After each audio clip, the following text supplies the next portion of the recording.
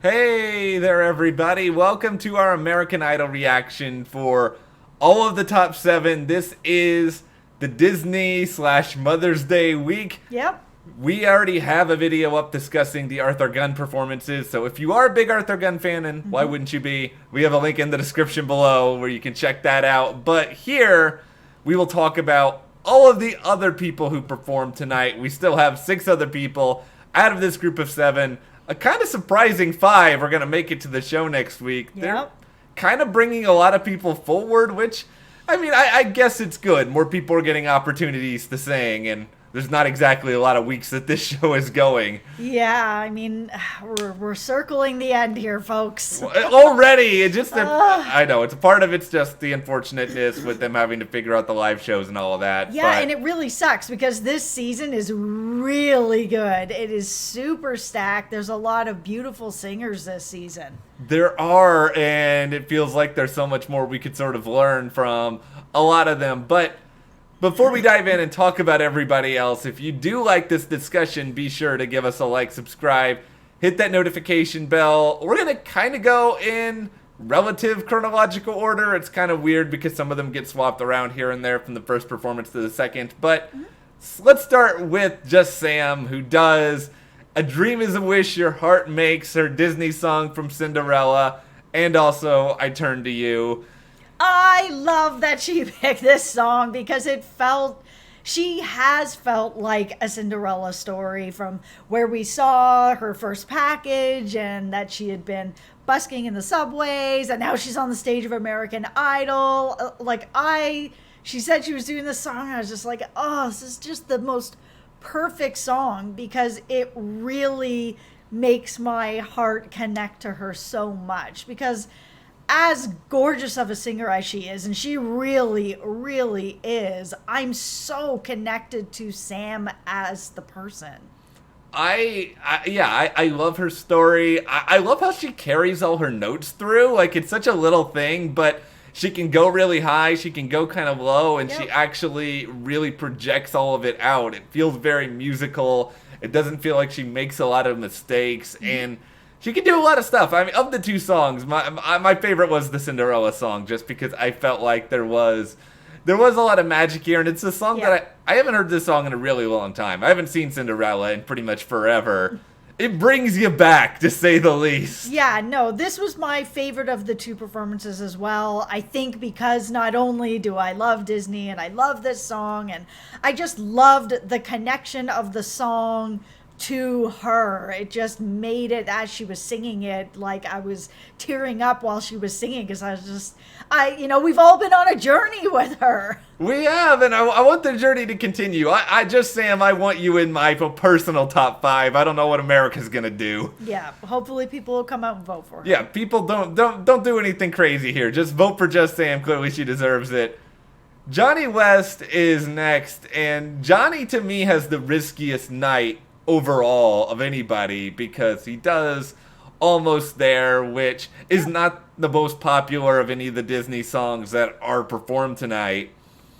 And then he does Amazing Grace, but he also changes a lot of the lyrics in Amazing Grace. And for me, I think we have to start with this because I really appreciated that he made it sort of personal and he tried to find a way to connect it to his own story. I worry that I've grown up in the South, and I know how connected a lot of people are to kind of traditional hymns. I think there are going to be people who feel like this is sacred and you shouldn't do anything to it beyond what it is. Personally, I agree that I'm a little bit worried about that. I didn't grow up in as much as sort of a religious background, but I was a funeral director for a really long time. Amazing Grace is a very important song in funeral service. I've seen it with a lot of families. So changing the lyrics, to me, I thought was really nice, a nice way to connect that to his mom, because clearly there's a connection here with this whole thing, with the song, with the way that he changed it. It was a way to make this more of a Mother's Day song, because Amazing Grace to me is not a Mother's Day song. So there must be, to me, this is something more there than something that is, like you said, more of a traditional hymn. Not necessarily Mother's Day, but there must be more of a connection religiously between them and the family. And then he changed it so that it was like really personal. And that was one of the things that we both really liked about Jonny when he first came on the scene and he had his first audition. He was like singing and rapping and doing all these different things, and it was been really cool, and I've been really missing that guy. He's been doing a great job and rolling out of bed and onto the couch and then just like killing his performances, but I had been missing a bit of that creativity, and that came in with that. So for me, it didn't bother me. I liked it. I liked that he took a chance. I like that he took a chance too. I would say, as of right now, sort of thinking about everybody, we're going to lose a couple of people. I don't know if I would lose Jonny. I think Jonny just has so much raw talent that I would want to see him moving forward. Especially, I would rather have someone taking creative risks than someone who's kind of doing expected stuff week after week. Louie Knight is next up, and he does Can You Feel the Love Tonight, which has got to be probably like, I don't know, top 5 most memorable Disney songs in my lifetime. Yeah, I wasn't too surprised when he said that, you know, this is what he was doing tonight. It's like, okay, this feels like another Louie song. And I don't say it in that way to mean that he's not good at what he's doing, because he is. He's great at what he's doing. He has a really nice voice, but he is in a group of people right now where people are taking risks and they are changing up songs and they are trying stuff that they normally wouldn't sing, or sing it in a way that they normally wouldn't. And Louie hasn't been doing that as much for me. He's been really staying in his lane and kind of doing what he is really good at. And I mean, we have seen this be a winning strategy here and there on American Idol in the past. If people sort of know who you are, you can really attract that audience. I think, to me, though, Louie's probably one of the weaker people on the night. I think his Can You Feel the Love Tonight was solid. It wasn't surprising really at all. Yep. You've Got a Friend. I didn't really think this worked all that well with his voice, if I'm being honest. I just felt like it was kind of forgettable. I think it was the tempo of it was just not really fully working for me. And we are at this point now where everyone left is so good that you really, I think, have to raise it to that next gear. There's only 5 people. I probably wouldn't have Louie in my top 5. I wouldn't be surprised, though, if he is in the top 5 when it dust settles. Yeah, after this particular performance, like I said, I think Louie's really good, but the competition is really high.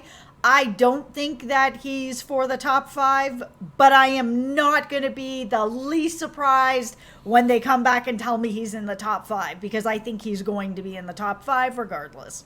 Probably, and this is sort of the interesting contrast to Julia Gargano, who I feel like they're going to cut before the top 5, and I feel like I'm not going to like it because I want her in my top 5. I think she is so good, and I think her Sweetest Devotion is actually better than her Beauty and the Beast, which I felt was good, but I was kind of, the tempo on her Beauty and the Beast was actually a little bit faster than I was expecting. Yeah, I am a huge fan of Beauty and the Beast. I really love this song. I really love this film. I love Beauty and the Beast.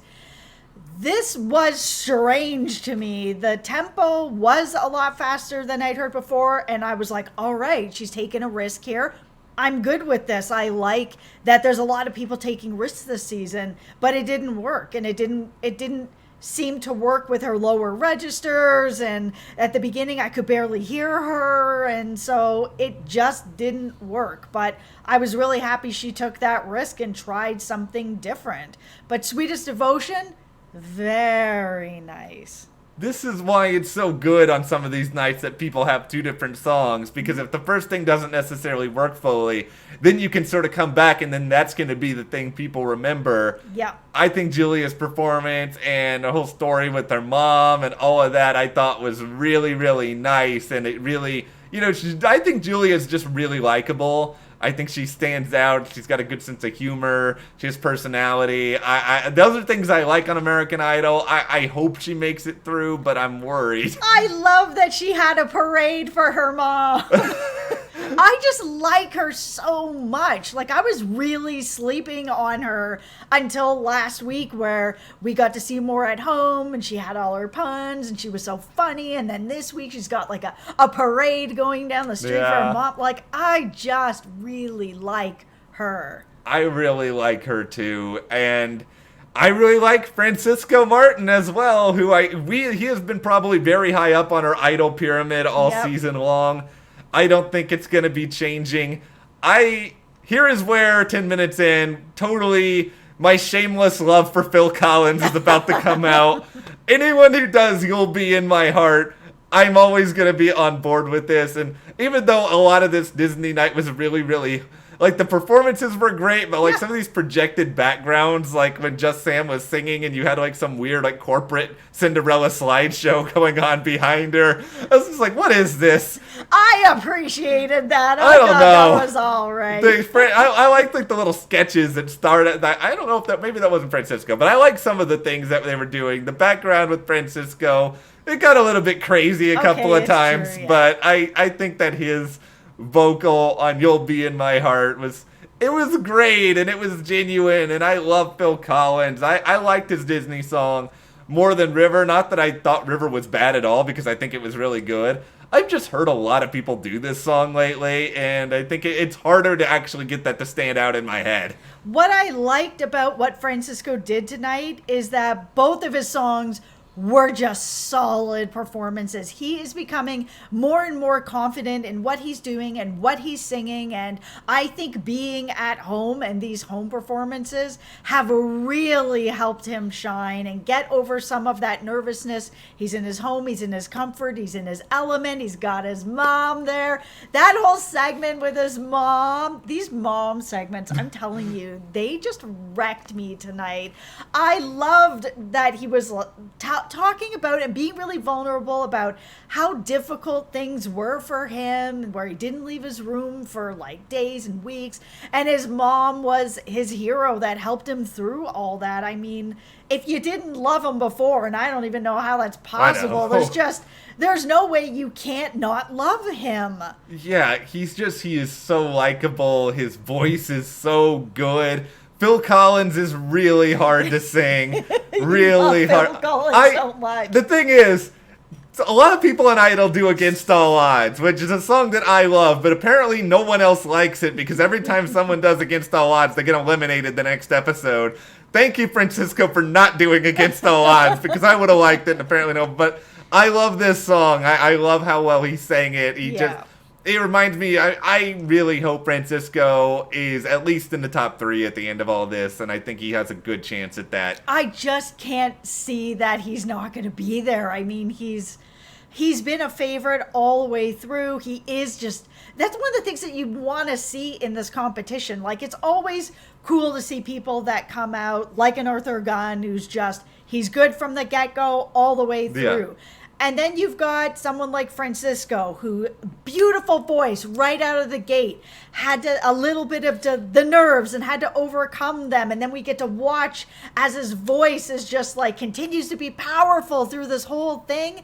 And his nerves just get, they get better and more confident. And you're just like, yeah, like he's so easy to root for. And it's so cool to see his progression.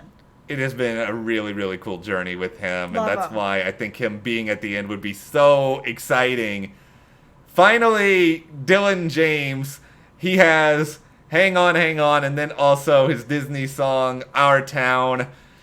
Is this where I talk about how I don't like Cars, the movie? All right, let's just get that out. Let's get it out. All right, so this is the thing. Because even though, it's Cars, I thought he did a great job. I think this was actually his best song of these sort of Idol at home. And I have a hard time with Cars because I don't connect to it. I don't know why. Maybe it's because I don't drive. But anyway, I felt like he had to overcome, for me, the fact that I have no emotional attachment to the movie. And that's a big part of Disney Week. And I'm saying some of it in jest, but that was a hurdle for him to overcome. And he does that with this performance. I felt like it was earthy. It kind of did. It spoke to him, I think, in a really good way. Hang on. I think also he did connect to it. I think really for me where I am with Dylan is I think he's got a really good chance of making it to the top 5. I'm just sort of in my mind going back and forth on, okay, if I'm picking my top 5, who would I want? And I would sort of go back and forth between Jonny and Dylan as to which one I would rather have. And for me, because of the risks and the unpredictability, I would probably rather have Jonny. But if you were to tell me you would rather have Dylan, I would understand because I know how talented he is. Yeah, and I've said it all season. I'll say it again. He's a whole package. He's got a cool swagger. He's a good-looking guy. He's got a great story. He's got an awesome voice. Then you throw in his family and sort of the struggles he's gone through, how relatable he is. I don't see a top 5 without him in it. I think he's going to be in it. And yeah, he's been struggling since everyone's been at home with these at-home things, but he did not struggle tonight. These were great performances. Yeah, I think he bounced back. I'm probably in the minority of people who don't have him in their top 5, but I would get it if they did. But I think we're going to have some interesting results, to say the least, next week. I'm excited to dive into that and, of course, learn more about who's ultimately going to be crossing the finish line this season. All right, well, let's hear from you guys. What did you think about tonight's American Idol? Who are you rooting for? Share in the comments and give us a like, subscribe, and you can support us further by checking the link in the description to the store. And we'll see you here next time.